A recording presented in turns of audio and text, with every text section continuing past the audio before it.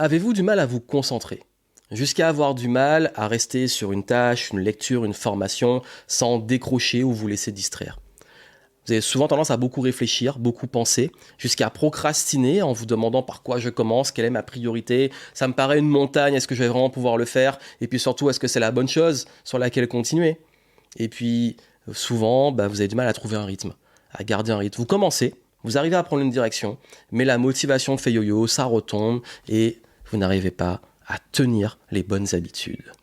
J'ai une bonne nouvelle pour vous, c'est qu'aujourd'hui, je vais vous aider de façon extrêmement simple et déculpabilisante de mieux vous concentrer, mettre en place des bonnes habitudes et trouver un rythme de progression qui va vous faire sortir de la procrastination et cette spirale de distraction et de difficulté à rester focus. Bienvenue ici Johan Yangting, auteur du Flow Tasking. Si vous n'avez pas encore votre livre, commandez-le, c'est très important. Et justement, si je parle du Flow Tasking, c'est parce que c'est beaucoup lié à cette notion de progression, d'évolution, mais en se respectant. Parce qu'on est dans une société où vous avez sûrement beaucoup d'influence de voici les super morning routines, notamment de millionnaires, voici comment justement vous devez vous réveiller à 5 heures du matin, prendre une douche froide et ensuite méditer pendant 10 minutes, aller faire une séance de sport, revenir manger healthy et ensuite vous mettre en session de deep work et toutes ces routines à la mode qu'on voit partout où vous culpabilisez de ne pas pouvoir les suivre. Parce qu'en plus, vous avez peut-être des responsabilités, vous avez peut-être des enfants, peut-être justement un business à gérer ou une carrière qui font que c'est difficilement tenable et puis parfois ça ne vous correspond pas. Et je ne suis pas contre certaines routines, il y a des bonnes choses à prendre, mais le seul truc c'est qu'est-ce qui est bon pour vous? Comment réellement vous progresser? Comment avoir un rythme qui vous correspond? Comment avoir vraiment quelque chose qui vous fait avancer, mais qui a du sens pour vous, mais qui vous garde en bonne énergie, en bonne vitalité? Parce que c'est ultra important. Que souvent, on se met dans des trucs de productivité et c'est plus compliqué et plus pénible et plus culpabilisant que réellement la sensation d'avoir une vraie progression. Et c'est la philosophie du flow tasking.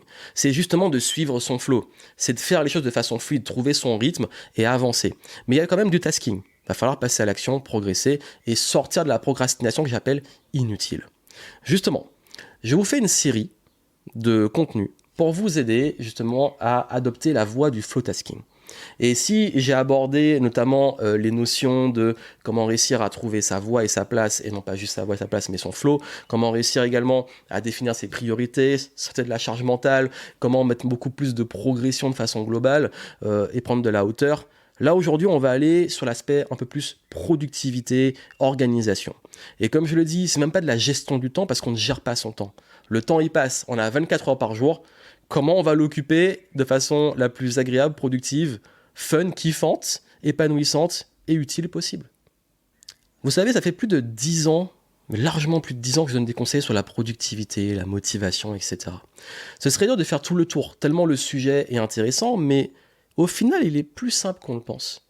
Il est plus simple parce que on sait aujourd'hui que ce qui fait la différence, c'est l'effet cumulé. C'est que si vous faites des petits progrès quotidiens et réguliers, ça fera une énorme différence dans votre vie. Que la régularité est plus importante que la motivation. Que la discipline, finalement, c'est la régularité. Et que cette discipline, elle va venir du sens, de l'engagement et de l'intention. Je vous explique tout ça. Déjà, pourquoi on procrastine ? Il y a plein de raisons à ça. Et les principales, c'est parfois un manque de clarté, par quoi je commence. Parfois, on voit une montagne et on se dit, mais ça me paraît immense, et la tâche, elle a l'air trop difficile et je suis un peu bloqué et paralysé. Parfois, on manque de compétences. On ne sait juste pas quoi faire. On est bloqué, on est perdu, on n'a pas le savoir et les éléments et les informations pour savoir qu'est-ce qu'on doit faire concrètement. Parfois, c'est aussi la douleur, le prix. Ouais, je procrastine parce que je sais que c'est pas agréable de commencer et que ce truc-là, ça va pas être agréable pour moi. Il y a également aussi les distractions.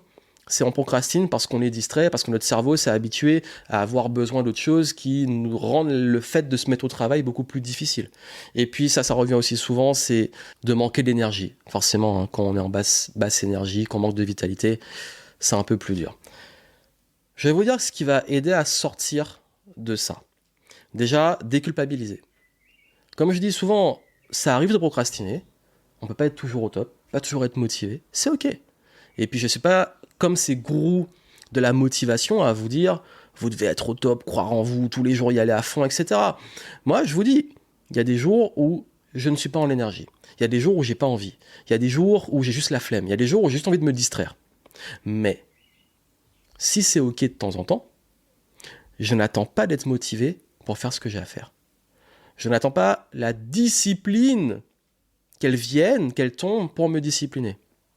Moi, ce qui fait vraiment la différence, c'est juste ce que je fais. J'ai parlé du flow tasking. Il y a une forme de fluidité, mais il faut faire, il faut passer à l'action. Donc la première question à vous poser, c'est pourquoi ?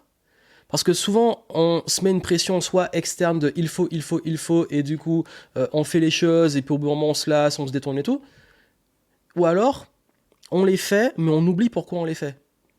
Si aujourd'hui, votre santé est ultra importante et que vous avez du mal à vous discipliner, c'est quoi le sens ?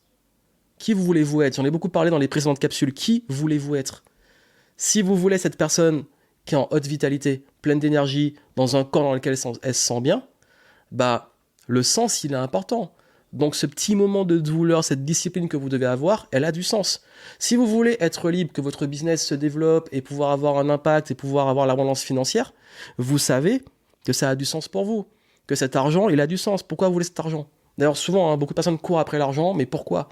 Pour les projets, pour le lifestyle, pour le confort, pour la sécurité. Soyez au clair. Et quand ça a du sens, ben ok, je sais pourquoi je le fais. Parce qu'il y a deux types de motivation. Nous sommes animés par deux choses. Il y a deux choses qui nous motivent. L'attraction et la fuite. Fuir les choses désagréables, aller vers les choses agréables. Forcément, il y a des fois, il y a des choses qui nous paraissent agréables. Le sucre, distraction, aller sur Netflix, etc. Mais qui, sur le long terme, ne sont pas forcément bonnes pour nous. Il y a des choses qui nous paraissent désagréables, aller écrire, se mettre derrière un écran, aller faire du sport, etc., qui, finalement, sont bonnes pour nous. Donc, comment on gère ? On va au-delà de ça. C'est que quand on met du sens, justement, on sait que ce vers quoi on va est plus grand. Et ce vers quoi on va, on est prêt à payer le prix pour y aller. Et pareil, ce qu'on fuit, ce qu'on ne veut plus, si vous ne voulez plus être salarié, bah vous allez devoir mettre la main à la pâte et faire ce qu'il y a à faire pour que votre business se développe. Ça, c'est important. Donc, je crois qu'il est important de vraiment être au clair sur, non pas juste la fuite et l'attraction sur le court terme, mais sur le long terme. Et c'est le pouvoir notamment des gratifications différées. La capacité à accepter que la gratification, le résultat, sera différé. Mais au-delà de ça, il y a deux types de motivation. Extrinsèque et intrinsèque. Extrinsèque, c'est le résultat, c'est la reconnaissance, c'est la récompense ou la punition. On en a parlé, récompense ou punition. Et il y a les motivations intrinsèques. On a parlé du sens, c'est l'autonomie, c'est la création. Qu'est-ce qui m'anime au fond ? La motivation intrinsèque, elle est beaucoup plus puissante parce que vous avez le contrôle dessus. Quand c'est à l'extérieur, on ne contrôle pas. On peut même d'ailleurs faire tout ce qu'on veut, on peut faire le mieux qu'on peut et le résultat ne nous appartient pas. Alors que quand on est motivé par des choses qui sont basées sur la progression, sur l'évolution, sur l'autonomie, sur la création, sur le sens, sur l'intention, là, on trouve un moteur et un feu sacré beaucoup plus puissant. Et il faut aller le chercher. Et l'un des plus gros moteurs, justement, c'est la joie. C'est le fait de s'épanouir. J'en parle énormément dans différents chapitres du flow tasking. Vraiment, allez le lire si ce n'est pas encore fait. Mais vraiment, hein, je vous dis, ça fait une grosse différence. Parce que depuis des années, on me demande, mais Johan, comment tu te motives et tout ? Mais je vois beaucoup de personnes, elles sont juste motivées par l'extérieur. Et ils lancent un business, par exemple, et ils sont juste motivés par le résultat financier. Mais comme ça n'arrive pas tout de suite, ils se découragent parce qu'ils ne sont pas motivés par le fait de créer, d'être autonome, de mettre du sens, d'avoir une intention d'apporter de la valeur. Parce que le résultat va venir. C'est une conséquence, ce résultat. C'est une conséquence extérieure de toutes ces choses qu'on met en place, de tout le processus qu'on met en place pour y arriver. Et justement, c'est pareil pour la santé. On sait, hors les choses qu'on ne contrôle pas et qui peuvent arriver, mais on sait qu'on a plus de chances d'être en bonne santé si on a une bonne hygiène de vie, un bon sommeil, une bonne alimentation, qu'on bouge, qu'on fait du sport. Bien entendu, il y a des choses qu'on ne contrôle pas et je ne parle pas de ça, mais je parle de la partie qu'on contrôle justement. Comme je l'ai dit, on ne contrôle pas d'être sûr d'avoir une excellente santé, mais on peut l'influencer. Et pareil, la qualité de nos pensées aussi. Dans quel état on va être, on sait que c'est une qualité de pensée quotidienne. Donc, ça, vous avez un pouvoir dans cette motivation intrinsèque. Et vous pouvez décider de ce qui va vraiment vous motiver au fond de vous. Vous voulez de la discipline, vous voulez peut-être procrastiner, soyez au clair sur le pourquoi. Soyez au clair sur le pourquoi. Et à partir de ça, ok, maintenant c'est quoi la fin, la finalité comme on dit. Ouais, pourquoi je fais tout ça, mais ok, c'est quoi la finalité? Ça veut dire que si vous commencez des projets sans aller au bout, c'est qu'il n'y a peut-être pas de fin. Et parfois on en rajoute, on finit pas. C'est quand que c'est fini. Mais c'est ok, c'est une étape. Comme je dis souvent, et je parle beaucoup du jeu infini dans le flow tasking, c'est qu'on joue en jeu infini, mais les parties sont finies. Donc quand on est sur une tâche, quand on est sur un engagement, il faut qu'il y ait une fin. Sinon, c'est pas agréable parce qu'on ne peut pas célébrer, on ne sait pas comment c'est fini, on n'arrive pas non plus à mettre en place justement des indicateurs clairs de progression, etc. Donc il est important, dans vos indicateurs de progression, de savoir quand, on va dire, cet engagement est fini. Quitte à en passer après à un autre. Mais c'est quand que c'est fini. Quand je sais que c'est bon, c'est la fin. Ça marque quelque chose. Et notamment, dans la procrastination, l'une des choses les plus puissantes, c'est la deadline. Parce que vous allez vous rendre compte que si vous avez une deadline, comme par hasard, qu'on procrastine, mais plus on rapproche de la deadline, plus on va s'y mettre. Moi, quand j'étais étudiant, j'avoue, c'est vraiment plutôt vers l'approche de l'examen que je commençais le plus à réviser. Mais on est tous un petit peu comme ça. C'est ce qu'on appelle la loi de Parkinson. C'est qu'on utilise le temps dont on dispose. Que vous ayez 3 mois ou 1 mois pour écrire un livre, vous allez utiliser ce temps. Bien entendu, c'est une question d'équilibre. Une trop grosse tâche sur un trop petit temps, parfois on se rend compte que c'est pas tenable. Mais généralement, vous avez plus de chances d'accomplir quelque chose quand la deadline est proche. Donc c'est intéressant d'avoir cette notion de « Ok, je procrastine, ok, j'ai du mal à m'y mettre, mais quelles sont les étapes ?» Par exemple, vous voulez perdre du poids, mettez-vous des paliers. Et vous savez quand vous atteint ce palier. Par contre, bien entendu, il y a une chose qui arrive fréquemment, c'est qu'une fois qu'on est arrivé à une étape, c'est pas fini. Et il y a des choses dans la vie, on le sait, qui demandent la régularité. Par exemple, un business, se dire j'ai atteint tel palier financier, c'est top. Non seulement il faut le garder, mais aussi on a envie de progresser, d'évoluer. Donc, si la fin est une première étape, il faut aussi le rythme. Il faut aussi l'habitude. Et on va parler des habitudes. Comment créer des habitudes ? Pour moi, les habitudes, c'est vraiment ce qui fait toute la différence dans la vie et les affaires. Dans la vie, c'est les routines, les habitudes. C'est ce qu'on met en place tous les jours et qui forge notre destinée. Dans les affaires, dans le business, ce sont les process. C'est comment le business tourne. Qu'est-ce qui est mis en place régulièrement pour que le business se développe.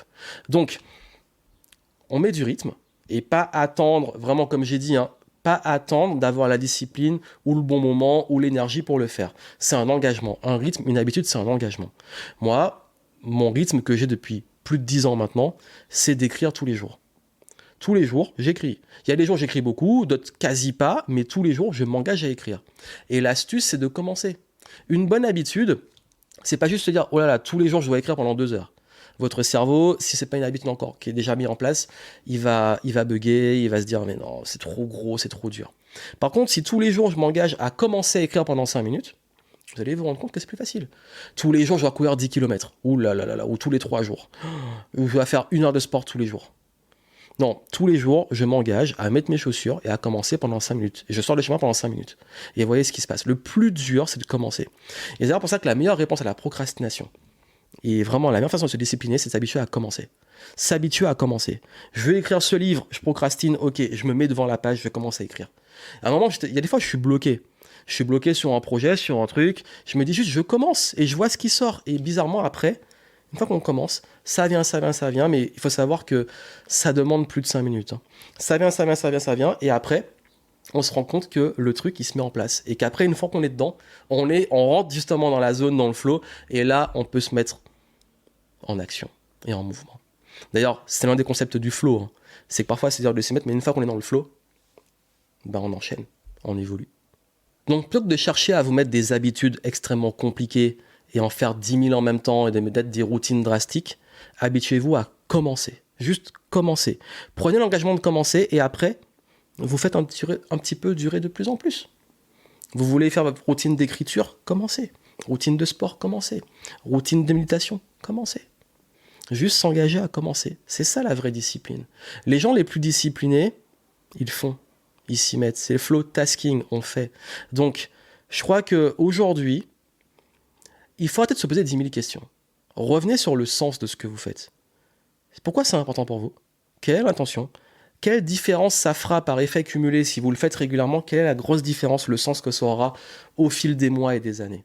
Même s'il n'y a pas le résultat, même s'il n'y a pas la récompense, même s'il n'y a pas la gratification immédiate, même s'il n'y a pas ces réponses de motivation extrinsèques. Non. Ok, pourquoi c'est important? Qu'est-ce que je motive? Et qu'est-ce qui m'anime au fond de moi? Et à partir de ça, je mets en place cette discipline et ces habitudes et je progresse et j'avance. Et puis mettez-vous des indicateurs de progression. Comment vous savez que vous progressez? Parce que si vous avancez à l'aveugle, c'est un peu compliqué. Et soyez fiers. Célébrez votre engagement. Faut pas juste célébrer le résultat. Ok, super, j'ai réussi à perdre tant de poids ou j'ai couru tant de trucs et tout. Juste aussi célébrer le fait de tenir vos engagements. Parce que la discipline, c'est l'engagement. J'ai beaucoup plus de respect et je suis en admiration devant les gens qui s'engagent, qui font, qui sont là tous les jours, plutôt que juste des histoires de résultats. Parce qu'on sait que le résultat vient justement de cet engagement. Mais l'engagement, c'est vous avec vous-même. Vous avez un contrôle. Vous avez le contrôle tous les jours de vous lever du lit et d'aller faire ce qu'il y a à faire. Et ça, vous pouvez être fier de vous. Vous pouvez célébrer ça. Et voir justement cette progression régulière et cocher ces cases quotidiennes d'avoir tenu vos habitudes. Ça fera une différence. Et si vous voulez justement pas mal d'éléments et d'outils, dans le livre, vous avez pas mal de pépites pour vous aider sur ça.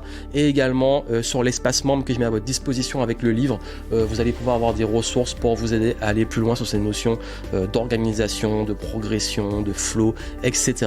En tout cas, je suis ravi de vraiment apporter ça. C'est vrai que c'est un sujet que j'ai le plus traité dans mes contenus, surtout à mes premières années de création de contenu.